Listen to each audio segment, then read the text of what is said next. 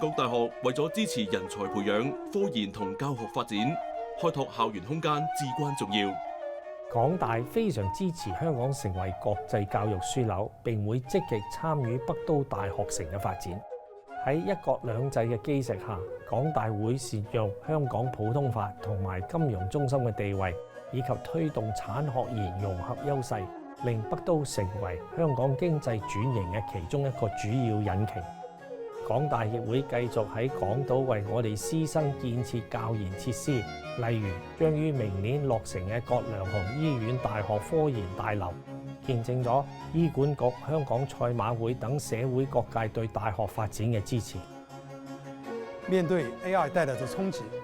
未來的世界會不斷演變，我們必須洞燭先機，培養複合性人才，推動跨學科研究。作為一所文理並茂的大學，我們的跨學科平台更廣，視野更闊，能夠為未來創造更多的可能。我相信，人始終是社會進步的根本。在香港大學，人文學科和理工科共同蓬勃發展，唯有如此，我們才能真正踐行引領人類未來的使命。